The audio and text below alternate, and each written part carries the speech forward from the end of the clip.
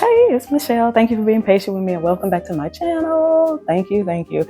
And so it's been about 8 months. I know it's been a really long time, but I was sitting here in the house, but on a different couch because we had just moved in. I was on a red couch facing that way. And I'm about to show you these emails about what the man face trainer said about me in the email. So I'll flash them and you may have to hit pause and then come back or whatever. Okay. So after you read the first part, I flashed the first part, the second part, and the third part. So I was just like, I cannot believe that all of that was said about me. But then again, I have to take into consideration, because I never want to play a victim. I like to see what it is I may have put out there in the world for somebody to interpret me that way. Is it like a real interpretation of how I am, how they see me, or is it a projection of their shortcomings? And then it made me wonder, do I show up in the world this way in every other area? So after I read that email from Manface, whatever. It's not like I'm trying to be insulting. It's just, to me, it's a fact. She's got a man face. So when she sent that email out, it's like you could tell she didn't mean for me to know. She didn't mean for me to see that she was saying all that stuff, because she was just so stiff and so looking apologetic. But I think the realest thing about her, the fact that she never apologized. She was never like, oh, I'm so sorry. It was kind of like, erase that, like the attitude of erase that from your mind and you don't read that. But I already read it. So anyway, when I read the email, I was about to go to lunch. And I mean, because I'm thinking, I was getting ready to push my chair back and then the computer ding. So I stopped and was all like, because you're on high alert and you're trying to learn stuff. And so you don't want to miss a beat. So I sat back down. I was like, what is this? Addressed to me. I read the email and I was just like, dang, whoa. Like everything felt like a little bit of a gut punch. I'm like, wow, that was insightful. And I just had to put exactly how I felt. And I was about to, like I said, I was about to go to lunch. I mean, of course, like after that, I didn't have any appetite, but it just got, so I could feel like the heat coming out of my shirt, my cheeks, like I was flustered and I was hot and I was kind of shaking. But I still had to remain, of course, professional. And that was my days when I had my, what they call one-on-ones, even though it was a 4-on-1, just for them to ask me, how do you feel about things? And are you feeling like you'll be successful? Did you have any questions? You got any concerns? Anything you want to talk about? I'm like, yes. Let's go to this meeting. Because a lot of times I'm the last one to meetings, not late, but the last one, coming in. But I was so eager. I mean, like, I almost beat everybody into the fit, because with these fish bowls that we have, like, those 3-sided, excuse me, where they have like a room with 3 sides of glass is what I'm trying. So I call them fish bowls.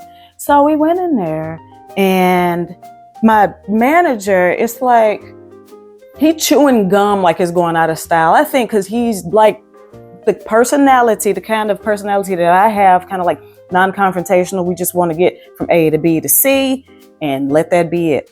And so am I. But when I walked in, I'm kind of like, maybe I should calm down. Like my whole spirit was, I still gave a crap about what it was I was learning, but I'm like, maybe I'm just taking this too serious. When I start to relax, my mind will open up and I don't have like anything blocking it or saying that's wrong and that's wrong. And then, when you got people reiterating like everything you're doing is wrong, it's like, maybe I was wrong across the board. So I think in a lot of ways, those emails, like what I read about me, kind of, it didn't make me more nervous. It didn't make me feel like maybe I should quit. It made me feel like, you know what, they, somebody hating, because this is one of those jobs where it's just really easy enough and you say that, but what about your side of it? There's a receiving side and also a sending side of it. So I go into the room and how you'll be sitting at a table or a desk and you kind of lean forward with your hands softly folded, whatever kind of way, and you kind of lean forward and listen and you have your eyes open and with a sense of wonderment. I didn't know. I walked into there. I sat down in the stool hard, boom. I relaxed. So my mind relaxed. I had my arm up on the other stool. There was a little armrest, and I had you know how you hold your temple and you just listening. Full on eye contact. I'm like, let's talk. Since if we talked about this, if we talked about my performance so harshly and how I lack urgency and I can't retain information, let's talk about it. You know what I mean? Because I said what I had to say. Later on, I told another supervisor, he was like, good for you, you standing up for yourself. I'm like, I know. Because a lot of times, I'm the person who will be, not stuff like that though. That's just direct, like in your face. Bop. When it is some situations, a lot of times I used to do that whole, I'm going to just go alone and get along. I don't want to cause no friction. I don't want to mess up the vibe. Oh, forget that. Oh no. I'm like, this is like, there's a nicer, well, I wouldn't even say nicer, but I think could have been a more constructive way. You know how people say, oh, it's constructive criticism. They never said that, but we've heard that in our lifetime. Oh, it's constructive criticism. It'd be nice if it was constructive, but I had to take it into consideration, heavy consideration, and kind of break away from asking her everything and just ask people around me who are already doing the job, and they seem to be successful. Well, let me ask this person, because they probably have a different way of explaining things to me. And every time that they would explain something to me, I'd be like, thank you. So that's it. Thank you. So that's it. They'd be like, yeah, that's it. Like, what did you think it was? I'm like, I thought this job was really hard. I thought that, one little slip was the end of the world. I thought the building was going to collapse, if I hit enter or, something wrong like that. Just, they make it seem at first, when you're a new person, like everything you do is just wrong. It's so unforgivable. I remember one instance when I was navigating the system, how you're supposed to show back to your trainer what you did and how you arrived at on different pages of how to find stuff, just different ways of finding stuff. And then I would mess up because it was my first week. How'd you come to that? I'd be like, oh, I came to that. I feel like that was correct because XYZ and blah, blah, blah. No, that's absolutely not. That's incorrect, Michelle. I mean, I'm like, okay. I feel like it was a better way to say that too, During the first few days of my training, she would talk the most massive amount of crap about people. I'm talking about people that she would walk up to smiling in their face and calling them friend. Like, that's what you really are going to call them after you talked all that little crap, just be like, oh, she's so bougie and she's this and he's so such and such. Like, hi. I'm like, so if she's been knowing these people for X amount of time and she talking crap about them to me and I'm brand new. I'm been at the job for 4 or 5 days or so. She talking crap about me, but I don't care. And there was another instance that I remember. Well, it was a bunch of them. When you go into work and you might go in the mail room, the break room, wherever, this wing of the building, and you just give up a genuine casual good morning, a genuine casual good morning, not a chipper, because I'm not a chipper person. And then, people would be like, hey, good morning. Yeah, I'm serious. I'm not exaggerating, and downplaying it. And all but a few people, I won't say everybody had the same attitude, but a lot of people did. And I'm not acting. And they acting like I'm their village. They didn't if they look at me and give me direct eye to contact, I'm gonna turn them in stone, like I'm Medusa or something. And I'm like, forget it. I say hi or good morning one time and that's it. I'm not waiting on a response or whatever. I'd come walking in good morning and walk back out or whatever. But I'm just duh, I know why, probably because she was talking crap about me and how bad of a new employee I was and how somehow I was going to destroy everything. I'm joking. But after that meeting that we had, that 4-on-1 meeting that we had, guess what? Plot twist. Oh, she has been so nice. Every time she sees me, it's always, and I'm talking about a literal, hi. When we pass each other, but in the hallway, I'm I'm going to look at you and acknowledge you, but that's not to say, oh, let's be best friends and let's go camping this weekend.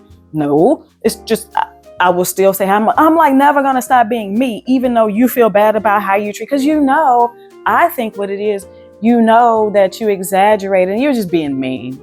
A person just being mean spirited, a big capital B. I just, get away from me. If you genuinely don't like me, if you genuinely hate my performance, just stand on it. It's like, just don't be fake about it. At least if a person knows the real you, they know what they're dealing with, they know what they're up against, to stay away. Like, I remember DMX said, you trust a snake to be a snake. So just be one way. Like, that's the only way they can be. So the way she is, it's like, why try to change it up? Like T.I. said, it ain't nothing to you. I see right through you. But seriously, the man face, she just has this way of like the fakeness. I think what it is I think she probably thinks that a person, because they're acting a certain way now, it kind of is supposed to erase what it is you saw and like the way they made you feel. Well, you can't really say that person made me feel that way, but that the intention was for me to not be comfortable and not for me to stay. But tricks on you, because I stayed. I'm still there and everything. But it's just the fakeness is so palpable. And I find it funny too, because I'm like, I'm not going to be uncomfortable and try and take a different way around or whatever. But it's just like, you can be uncomfortable because it's laughable. I don't care. And Manface is so cringe. She is just like, her stories, like her weekends are like filled with tragedy. And it just seems like it'll be some stuff that's pretty serious. To the point where like it'll be something that happened over the weekend to her where it's like really cost a lot of money to get it fixed or get yourself out of, or something people did almost gotten hurt real badly and whatever. And I don't know if she is like running around telling the stories just because. I think what it is, I know some people have this way of like pulling in like this bad energy because they rotate and they throw out bad energy all the time. So of course you get back what you put out. And that's what's happening to her. And you know how you be like, oh my goodness, oh wow. And you really feel like that because if it was another person just people period, when they go through tragedies or near tragedies or like really uncomfortable stuff, costly crap that happens to them, your heart, because we human, like most of us have that mechanism in our minds to say, well, my goodness, are you okay? I don't know. It seems like every weekend is something that happened to her. And I guess she wants people to feel sorry for her or something. It's kind of like, I'm going to come to you and tell you something bad that happened to me, because, as bad as I made you feel, I kind of, want you to understand I'm human too. Or maybe I'm looking into it a little bit too much, but I'd be looking at her like in the back of my mind, like, okay, you can go now. Like, I'm not going to be just sitting up here feeling sorry for you and just get away from me is how I end up feeling. Go, bye, girl, bye. Yeah, in that meeting, I had to ask, do you all care anything about soft skills? But just hear me out, because I'm a Cancerian, so I'm always considering, do people know that other people have feelings? Not to a point to where, oh, let's be sensitive and cuddle you and treat you like a baby, or to say that, oh, you don't have to do anything right, you just welcome. No, I'm not asking about that. But I was only asking about that, like, to take into consideration why, since I feel that this is such an easy job, like if I was a trainer or whatever, I would ask, because I think it's so easy, how come this part seems difficult for you? Like, what is happening? And just I wouldn't assume anything, like something's going on at home or whatever. I would just ask the question, but nobody asked. I don't know, because I guess everybody don't think like that. But I asked the question. The room was basically silent, which let me know that I had the floor. But I didn't. I mean, I could have rocked that room. I felt like that, but I was just be professional. I mean, but. It was such a shift because, Michelle got listened to all the time, and then she was little jokes or whatever, and I was funny, and I'm like, oh, this is so fake. But anyway, I'm not going to be the one who's going to be uncomfortable. We all have to show up to this place every single day.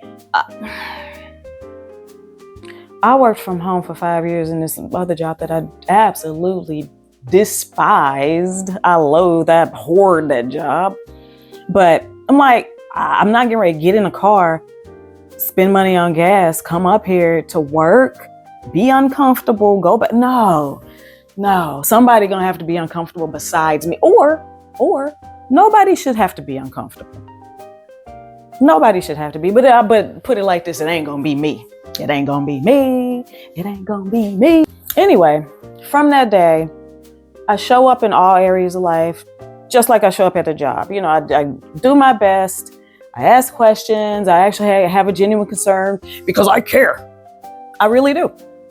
But I got a question. Like, are y'all hands-on learners like I am? Because I know that, you know, if you just kind of, like I said earlier, if you just kind of like sit up there and show me and kind of hog the information a little bit and not include me, my mind will try so hard to concentrate and focus on this new information, but I have to be like a part. I have to get in it, like in the experience of it. Because I could watch you do something, but the thing is, I would need to be told why this is happening. It was just kind of like, here, this is what we do. Here, you try. You know, there was never that, here, you try. It was just like, here, this is what we do. Here, just watch. Talk some crap about people, talk crap about people, talk crap about people. Okay, boom, back to this. Like, what in the world kind of training? Like, this is so, the way that it was, I won't say the department or the company, but the way that the training was, it seemed like it was so slapped together with bubble gum and bobby pins. It's just like, okay, so I have to take this, you know how like, okay, the job is the job before you even got there, but I have to make it my experience. I have to make it my job and turn it into my best work and present it.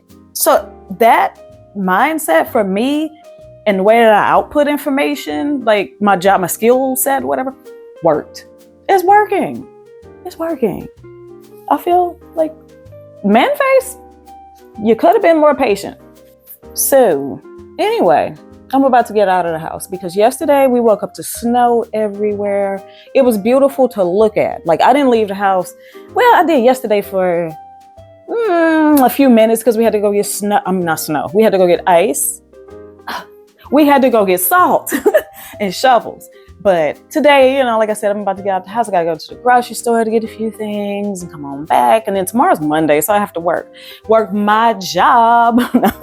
So let me know in the comments if you have had like crummy trainers. If you had anybody at the job who wants the absolute worst for you, but you went on ahead and got through the grime and the good and triumph. So thank you for watching the channel. Sorry I stayed away so long. Bye. Thank you.